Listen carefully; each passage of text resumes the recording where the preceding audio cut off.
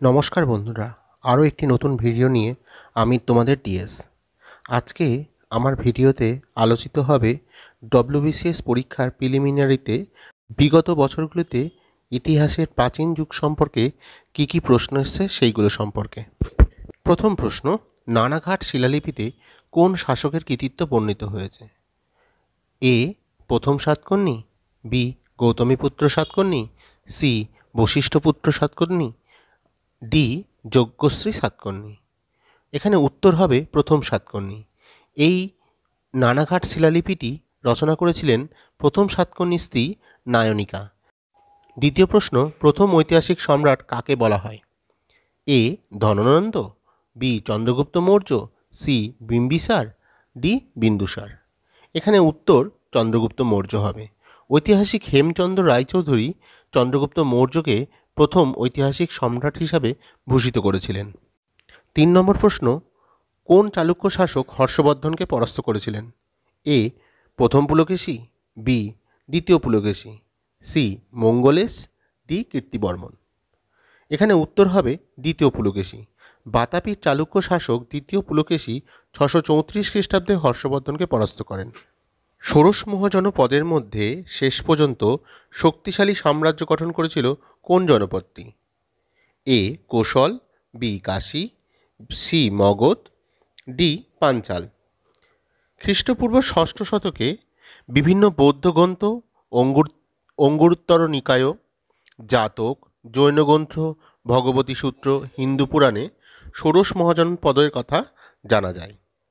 পরবর্তীকালে মগধ, অবন্তী, কোশল, বৎস এই জনপদগুলির মধ্যে 16টির মধ্যে এই 4টি বিশেষ শক্তিশালী হয়ে উঠেছিল এবং এই 4টি মহাজনপদের মধ্যে মগধ একেবারে শেষ পর্যন্ত শক্তিশালী সাম্রাজ্য গঠন করতে সমর্থ হয়েছিল। 5 নম্বর প্রশ্ন, কোন চোল শাসক গঙ্গাইকোন্ড চোল উপাধি নিয়েছিল? এ প্রথম রাজরাজ, বি প্রথম রাজেন্দ্র চোল, সি রাজাধিরাজ চোল, ডি দ্বিতীয় রাজেন্দ্র চোল। প্রথম রাজেন্দ্র চোল পূর্ববঙ্গের গোবিন্দচন্দ্র পাল রাজা প্রথম মহিপালকে পরাস্ত করে গঙ্গাইকোন্ড চোল উপাধি ধারণ করেছিল এবং এর কয়েক বছর পরই চোলদের নতুন রাজধানী স্থাপন করে নাম দেন গঙ্গাইকোন্ড চোলপুরম। অর্থাৎ এখানে উত্তর হবে বি প্রথম রাজেন্দ্র চোল। 6 নম্বর প্রশ্ন, কে কুমার সম্ভব রচনা করেছিলেন? A Vishnu Sharma, B Dandin, C Kalidasa, D Somadeva. Vishnu Sharma রচনা করেছিলেন পঞ্চতন্ত্র, দণ্ডিন রচনা করেছিলেন দশকুমার চরিত ও কাব্যদর্শ। কালিদাস ছিলেন গুপ্তযুগের একজন প্রখ্যাত কবি, নাট্যকার। তিনি নবরত্ন সভারও অংশ ছিলেন বলে জানা যায়। তিনি রচনা করেছিলেন অভিজ্ঞানম শকুন্তলম, কুমার সম্ভব, মেঘদূত আরও অন্যান্য কাব্য ও নাট্য। সোমদেব রচনা করেছিলেন কথাসরিত সাগর। তাহলে 6 নম্বর প্রশ্নের উত্তর হবে সি কালিদাস। 7 নম্বর প্রশ্ন, কোথায় দ্বিতীয় চন্দ্রগুপ্ত তার দ্বিতীয় রাজধানী স্থাপন করেছিলেন? এ বিদিশা, বি মালব, সি বল্লভী, ডি উজ্জয়িনী। এখানে উত্তর ডি উজ্জয়িনী। 8 নম্বর প্রশ্ন, মিহিরকুল কে ছিলেন? এ শক রাজা, বি কুষাণ রাজা, সি হুন রাজা, ডি পল্লব রাজা। মিহিরকুল ছিলেন তোরমানের পুত্র, তিনি ছিলেন হুন শাসক। 9 নম্বর প্রশ্ন, কোথায় প্রথম বৌদ্ধ সঙ্গীতি বসেছিল? A Vaishali, B Pataliputra, C Rajagriha, D Kashmir.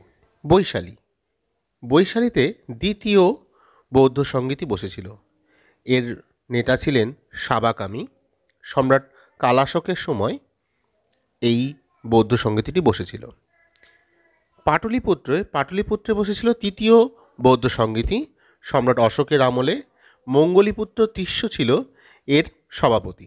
C নম্বর, রাজগৃহে প্রথম বৌদ্ধ সঙ্গীতি হয়েছিল মহাকাশ্যপের সভাপতিত্বে, আর শাসক ছিলেন সম্রাট অজাতশত্রু। এই সভায় বিনয় পিটক ও সূত্র পিটকটি রচিত হয়েছিল। তাহলে উত্তর হবে সি রাজগৃহ। এবার তোমাদের প্রশ্ন থাকলো, কাশ্মীরে কোন বৌদ্ধ সঙ্গীতি বসেছিল?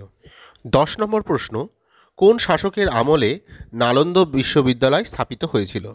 এ সমুদ্রগুপ্ত, বি দ্বিতীয় চন্দ্রগুপ্ত, সি স্কন্দগুপ্ত, ডি প্রথম কুমারগুপ্ত।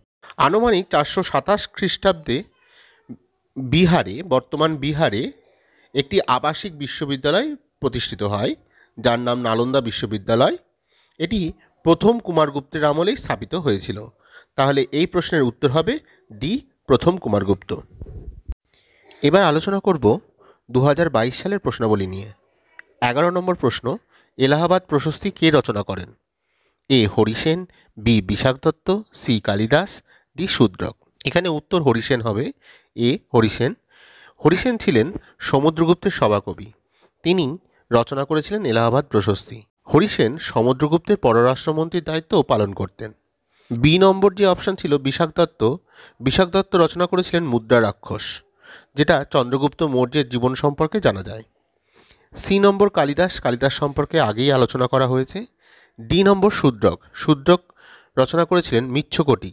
12 নম্বর প্রশ্ন, প্রাচীনতম ভারতীয় উপমহাদেশের আর্কিক হোমোসেপিয়েন্সের ফসিলস কোথায় পাওয়া গেছে? এ শিবালিক পর্বত, বি নর্মদা ভ্যালি, সি নাল্লামালাই পর্বত, ডি ছোটনাগপুর মালভূমি। উত্তর হবে বি নর্মদা ভ্যালি।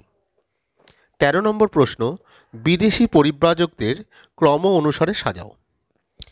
এ সোয়ানজং, বি ইৎসিং, সি ফাসিয়েন, ডি মেগাস্থানিস। এখানে নামের উচ্চারণে একটু পরিবর্তন আছে, তবে এটাই আসল উচ্চারণ বর্তমানকালে। এখানে আমরা যদি দেখি, যদি সাজাই, তাহলে হবে প্রথমে হবে মেগাস্থানিস, দ্বিতীয় নম্বর হবে ফাসিয়েন, যেটা ফাহিয়েন নামে আমরা পরিচিত, তৃতীয় নম্বর হবে ইৎসিং, আর শেষে হবে সোয়ানজং বা হিউয়েন সাং। 14 নম্বর প্রশ্ন, কে বলেছিলেন যে ভারতে কোনো দাসত্ব বা দাসপ্রথা ছিল না? A Strabo, B Ptolemy, C Megasthenes, D Hiuen Tsang. এখানে উত্তরটা মেগাস্থেনিসই হবে। 15 নম্বর প্রশ্ন, সতী ব্যবস্থার প্রথম নিদর্শন বা প্রমাণ কোথায় বা কোন ইনস্ক্রিপশনে বা প্রশস্তিতে পাওয়া যায়? এ অশোকের গিরিনার, B Aihole, C এরান, D Damodarpur. এখানে উত্তর এরান ইনস্ক্রিপশন বা এরান প্রশস্তিতেই ঠিক হবে। 16 নম্বর প্রশ্ন, কোন গুপ্ত রাজা শকদের ধ্বংস করেছিল?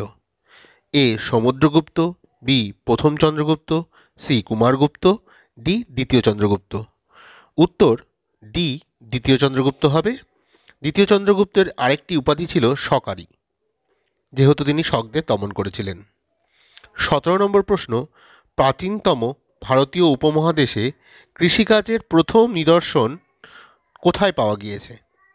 এ গুন্টুর বা উন্টুর, বি বুরজাহোম, সি মেহেরগড়, ডি বাগড়। এখানে উত্তর হবে সি মেহেরগড়। গৌতম বুদ্ধের প্রথম শ্রমণ কী নামে পরিচিত ছিল? এ মহাবিনিষ্ক্রম, বি ধর্মচক্র প্রবর্তন, সি ধর্মঘোষ, ডি মহাপরিনির্বাণ। উত্তর বি ধর্মচক্র প্রবর্তন।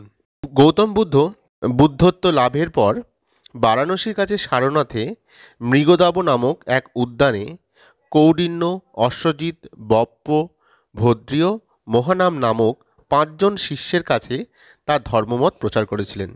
এই ঘটনা প্রথম শ্রমণ বা ধর্মচক্র প্রবর্তন নামে পরিচিত। নিম্নলিখিতদের মধ্যে কোন গ্রিক রাজার নাম অশোকের লেখতে আছে? এ দ্বিতীয় অ্যান্টিওকাস থিওস, বি দ্বিতীয় Ptolemy, C Antigonus, D Alexander.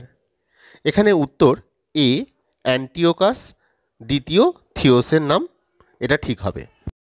20 নম্বর প্রশ্ন, ম্যাচিং দেওয়া আছে। এটা লিস্ট 1, লিস্ট 2 এখানে করা আছে এবং পাশে সঠিক উত্তর দেওয়া আছে। এদের মধ্যে আমাদের খুঁজে বার করতে হবে কোনটা মিলছে না। এ মৌর্য, 1 পিপলিপিবন, বি বিদেহ, 2 মিথিলা, সি লিচ্ছবি, 3 বৈশালী, ডি মল্ল, 4 নম্বর কপিলা বস্তু।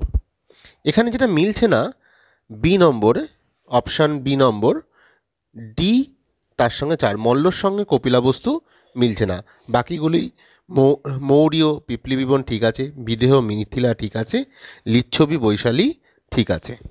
আজকের এই ভিডিওতে 2023 ও 2022 সালের প্রাচীন ভারতের ওপর যে প্রশ্নগুলি করা হয়েছে WBCS এর প্রিলিমিনারি পরীক্ষায়, সেইগুলি সম্পর্কে আলোচনা করা হলো। পরবর্তী ভিডিওতে পুরনো বিগত সালগুলিতে যে প্রশ্নগুলি আছে সেগুলি নিয়ে আলোচনা করব। প্রথমে প্রাচীন ভারত শেষ করার পর আমি পরবর্তীকালে আলোচনা করব মধ্যযুগের ভারত, আধুনিক ভারত ও অন্যান্য প্রশ্ন সম্পর্কে। তোমরা ভিডিওটি কেমন লাগলো আমাকে জানিও। ভিডিওটি যদি ভালো লেগে থাকে তোমরা লাইক করবে, কমেন্টে জানাবে তোমাদের যদি কোনো প্রশ্ন থাকে, আর সব শেষে বলি আমার চ্যানেলটি সাবস্ক্রাইব করে দেবে।